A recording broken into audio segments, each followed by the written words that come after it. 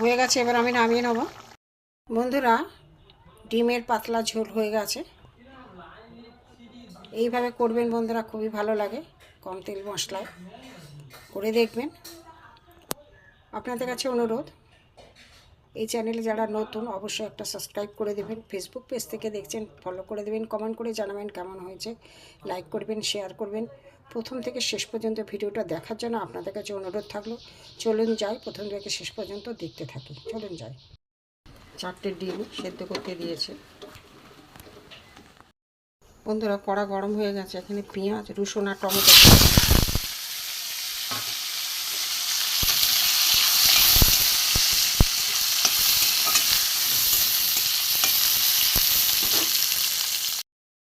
রসুন, পেঁয়াজ আর টমেটো একসাথে ভেজে নেব। ভাজা হয়ে গেছে রসুন, পেঁয়াজ আর টমেটো। এবার ঠান্ডা হোক, পেস্ট করে নেব। পেঁয়াজ, রসুন, টমেটো ভাজা হয়ে গেছে, পেস্ট করে নেব।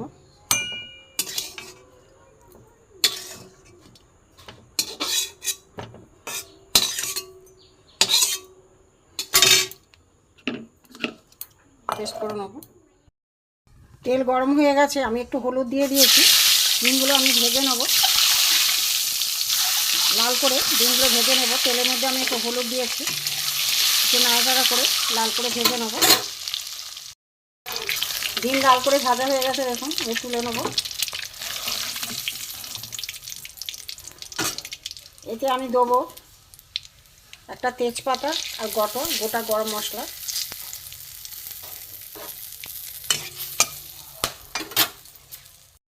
এখানে আমার মিক্সিতে পেস্ট করা যে মশলাটা, ওটা আমি দিয়ে দেবো।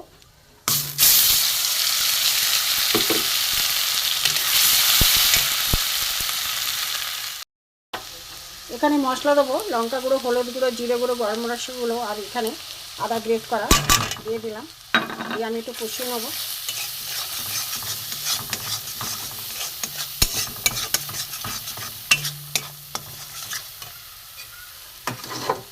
এখানে সেদ্ধ করে আলুগুলো দিয়ে দেবো।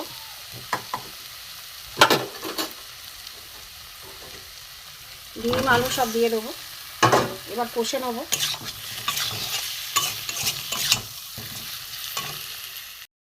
নুন দিয়ে দেবো। এই মশলা ধোয়া জল মিক্সার জারে, এটা আমি অল্প করে দিয়ে দেবো। একসাথে কষিয়ে নেবো মশলার সাথে।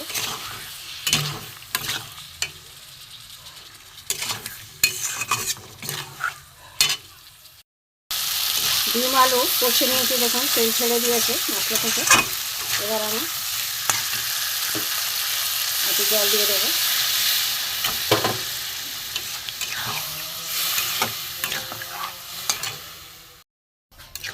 কিছুক্ষণ ফুটুক, তারপরে নামাচ্ছি। এইভাবে বন্ধুরা ডিমের রেসিপি করবেন, ভালোই লাগে খেতে। মশলা ভেজে পেস্ট করে নেবেন। সব কিছু সেদ্ধ করা, ফুটলেই নামিয়ে নেব। বন্ধুরা, আমার ডিমের তরকারি হয়ে গেছে, পাতলা ঝোল মশলা দিয়ে। দেখুন, খুব টেস্ট হয় এভাবে করলে, করে দেখবেন। ডিমের পাতলা ঝোল হয়ে গেছে।